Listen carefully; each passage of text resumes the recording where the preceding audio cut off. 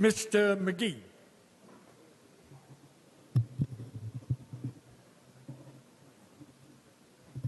Yes, Mr. Speaker, thank you for allowing me to interrupt for purposes of an introduction.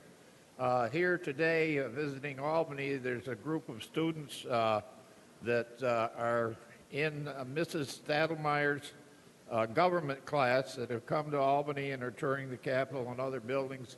And Mrs. Stadelmeyer, by the way, happens to be my intern's mother, Michael, his mother.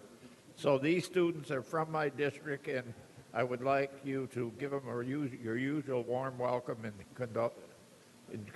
welcome them to the chambers.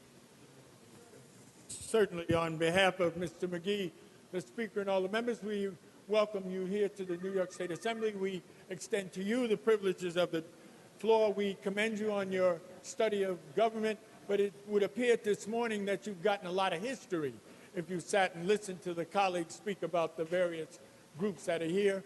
I hope this is something that you will always remember and that you will continue your academic pursuit. Thank you, and thank you for joining us.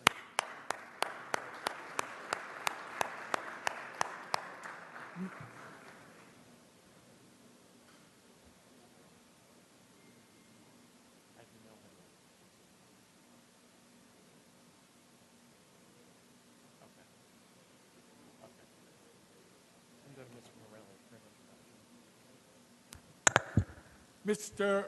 Morelli for an introduction. Yes, thank you, Mr. Speaker. I'm always pleased when members have family members here, and today is one of those days. Mr. Kavanaugh has in the chambers his mom and dad, John and Eileen Kavanaugh, who hail from Staten Island, and we're here to celebrate part of the Irish legislators' festivities this week. We're very, very excited to have Mr. and Mrs. Kavanaugh in the chambers. I know Brian's excited to have them. If you please extend the warm cordialities of the House to Mr. and Mrs. Kavanaugh. Certainly, on behalf of Mr. Morelli, the Speaker, your son, and the rest of the members, we are so pleased that family has joined us here in the Assembly. And I believe before I finish, Ms. Maliotakis, do you want to join in this discussion?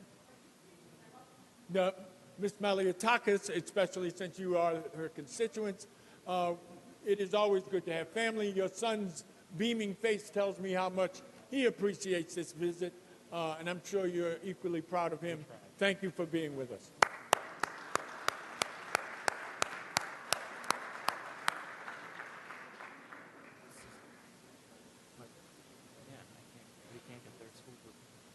Mr. Sepulveda has one. He has a second. Mr. Sepulveda. Thank you, Mr. Speaker, for allowing me once again to interrupt the proceedings. Today I want to acknowledge and recognize members of the preeminent civil rights organization in this country. I'm sure everyone here recognizes that we all in this United States of America, being black, white, Latino, gay, straight, regardless of your ethnicity, we all owe a debt of gratitude for our civil rights to the NAACP. Today, I'm proud to say that I have a branch in my assembly district in Parkchester, and we have with us the woman who all elected officials in the community call the boss. She is the president of the NAACP branch in Parkchester, Beverly Roberts, and with her, we have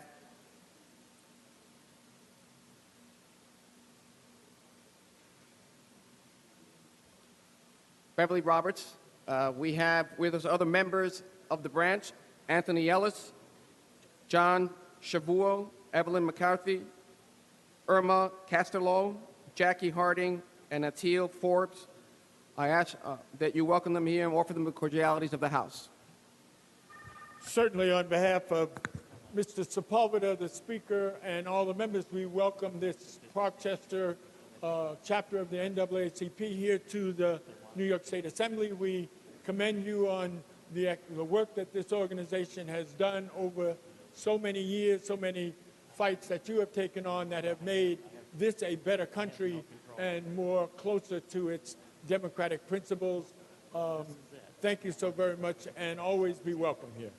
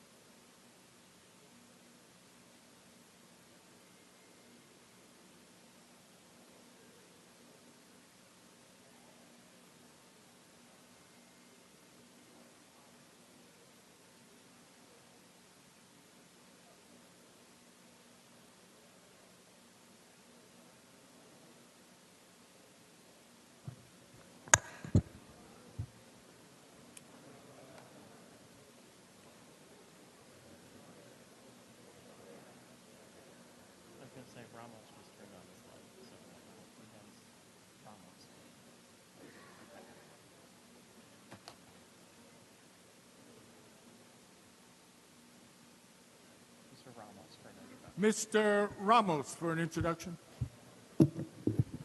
Mr. Speaker, I rise for the purpose of an introduction. Today, I have the honor of a wonderful group from Long Island who has come up here, the Child Care Council and the Parent Leadership Institute. I ask you to rise. Can you please stand? Right, they're from the towns of Brentwood, Bayshore, Central Isa, Patchogue, Bellport, all parts of Long Island. This is a group of mothers and fathers who've gotten together to learn a little bit about leadership, about how to make the wheels of government move. And they're up here talking about the issue of child care and the importance of this being a priority for us as an assembly and what it means not only in their lives, but what it means to society to have mothers and fathers to be able to work as opposed to having to stay home, and the extra benefits that brings to society as a whole. And I want to thank them for being here. Mr. Speaker, I ask you to please give them a warm welcome and please extend them all the courtesies of the House. Certainly, on behalf of Mr. Ramos, the Speaker, and all the members, we welcome these distinguished Long Islanders here to the New York State Assembly. We commend you on the work that you're doing to ensure the enhancement of child care in our society. We will always be supportive of you in that effort and always be welcome here. You are always extended the privileges of our House. Thank you so very much.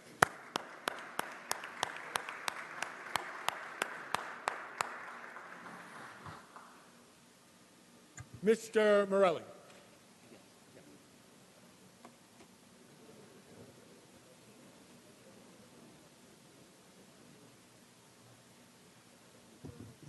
Yes, thank you, Mr. Speaker. We're going to begin our resolutions on page 3, our work this afternoon, and begin with Assembly Resolution 1052 by Ms. Simon and Mr. Tedesco. Clerk will read. Resolution number 1052, Ms. Simon. Legislative resolution memorializing Governor Andrew M. Cuomo to proclaim March 15, 2016 as Dyslexia Awareness Day in the state of New York. Ms. Simon on the resolution. Thank you, Mr. Speaker.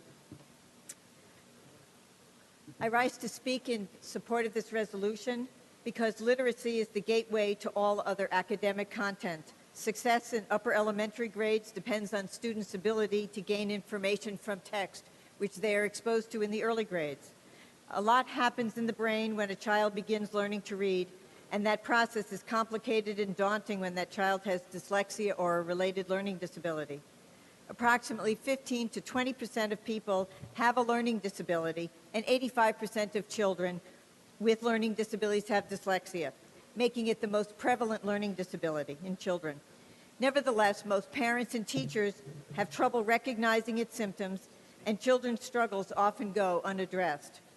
By the end of third grade, when students begin to transition from learning to read to reading to learn, children who are still struggling to master the basic skills will have increased difficulties comprehending, analyzing, and mastering subject area material. All of those materials we want students to learn in the Common Core. Students who struggle with reading are also inclined to avoid it, thus falling farther and farther behind. Students who are not reading on grade level by grade 3 have a 1 in 8 chance of catching up with their peers. Without intensive targeted intervention, these deficits tend to widen over time. According to a national longitudinal study, students who are not proficient readers by grade 3 are 4 times more likely than proficient readers to fail to graduate from high school in 4 years. These methods of teaching reading that are built on language-based, research-validated methods are helpful for all students, but for children with dyslexia, they are absolutely essential. And that is why we need to correctly identify it and provide the necessary preparation to our teachers of tomorrow. Bringing awareness to dyslexia by calling it by its proper name will set us on a course to eradicate the adverse effects of failing to recognize it for what it is and help ensure reading success to all our children. Thank you. Mr. Tedesco on the same resolution. Thank you, Mr. Speaker. Let me congratulate and thank Assemblywoman Simon for her support of this particular resolution in support of the important legislation that's pending along with this. We have an obligation as a state, as a government, to provide, and I think it's a part of our Constitution as it relates to education, the best course of action and approach and support for every single one of our kids in our schools. Our educators, our teachers, who we have profound respect for, have the same obligation we have as a government. And that obligation is to do everything we can for our constituents to help remove the obstacles that are before them so they can be everything they can be with the God-given talents they've been given. Our educators have that same obligation in their approach to educating our kids in our schools. I like to say I had a real job before I became a New York State Assemblyman. I was an educator. I taught kids with learning disabilities, special education, ran a resource room, a team teaching group approach I worked within. And we tested kids. We found certain concerns and disorders that we were able to put in our individual education plans, and we were able to help those kids work through those. As the Assemblyman says, right now there are no tests, there are no evaluations for dyslexia. We cannot designate and put that work product in our individual education plans, and we're not actually educating our instructors and our teachers to deal with that. We could pay now, or we could pay later. And we have an obligation to provide for our kids in the least restrictive way with the best educational approach possible. And I'm very hopeful that we can continue to move in that direction with this particular government. Thank you, Mr. Speaker, and thank you for the opportunity to speak. Thank you, Mr. Tedesco. On the resolution, all those in favor signify by saying aye. Opposed, no. The resolution is adopted. Resolution number 1053, Mr. Cusick. Legislative resolution memorializing Governor Andrew M. Cuomo to proclaim April 24, 2016 as Irish Republic Day in the state of New York in remembrance of the 1916 Easter Rising and commemorating its 100th anniversary. Mr. Cusick on the resolution. Thank you, Mr. Speaker. Thank you, my colleagues.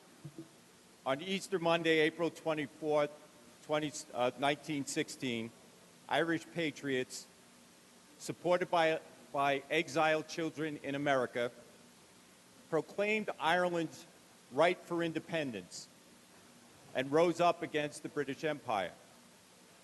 Although that day they were crushed, the struggle continued for years for peace and independence. That day marked the beginning of what now is the Republic of Ireland.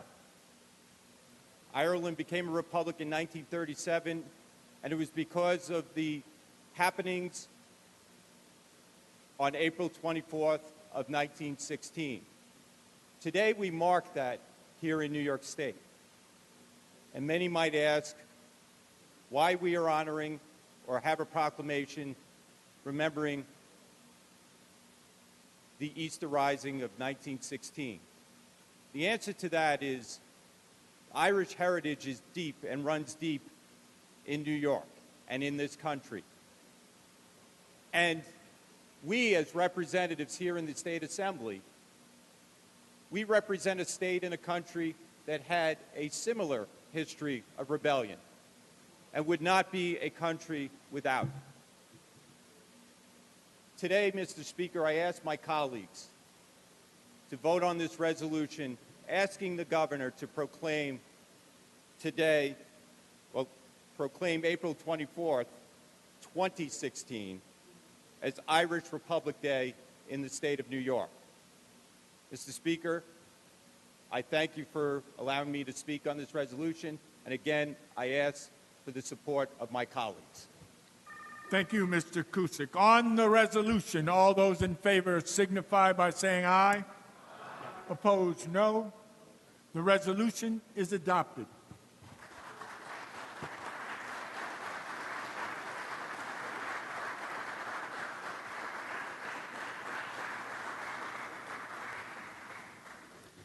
Resolution number 1054, Mr. Cusick. Legislative resolution memorializing Governor Andrew M. Cuomo to proclaim March 2016 as Irish American Heritage Month in the state of New York. On the resolution, all those in favor signify by saying aye. Opposed, no. The resolution is adopted.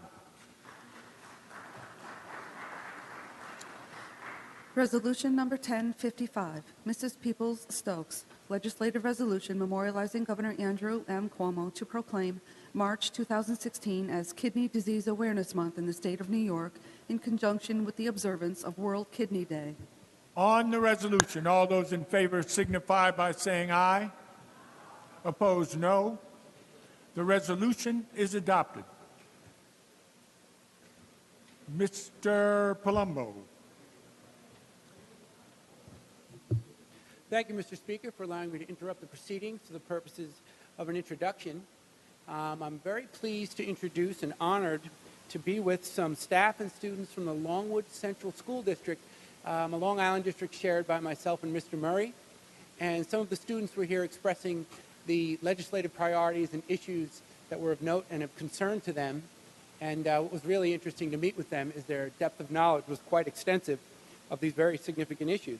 The students that are here today are Alice Adachi Bartholome, Alyssa Amato, Juliana Asaro, Olivia Chichester, John DeLucia, Allison Festa, Savannah Henriksen, Kyle Koch, Hunter McGrath, Lindsay Schuster, and Amber Wakowiak. So if you would be so kind, Mr. Speaker, as to welcome these fine folks as well as the staff from the Longwood Central School District to the Chamber and extend to them the cordialities of the House. Thank you again. Certainly, and Mr. Murray on the same topic. Thank you, Mr. Speaker. Again, it's an honor and privilege to have this group with us each and every year. I look forward to this when they come up to visit because, as my colleague just mentioned, their depth of knowledge into the issues, and I will warn you ahead of time, any one of you, if you get trapped in the elevator with this the group of young students, they will be talking about unfunded mandates. I promise you that.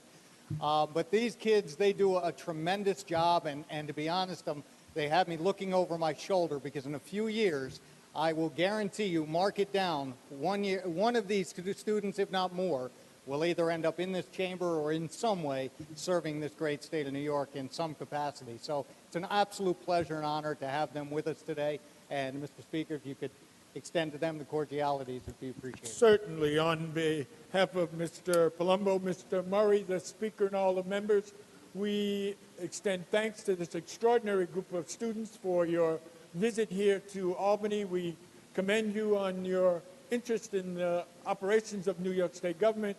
We look forward to your impact on the future of this state, and we hope and encourage that some of you might, in fact, arrive in these seats to represent your communities. Thank you so very much.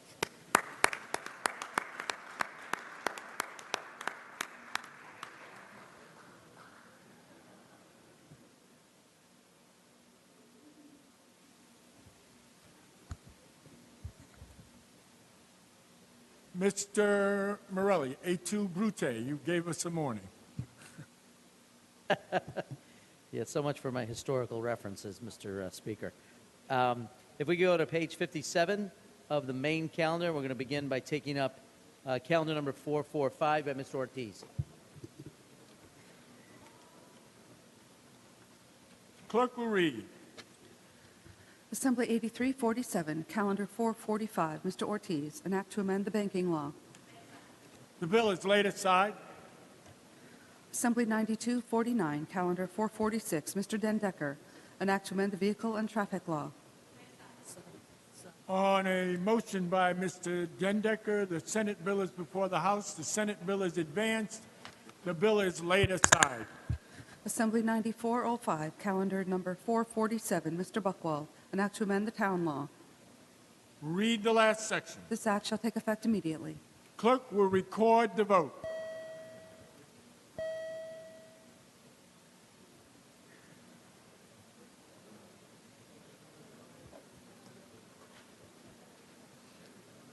Mr. Morelli.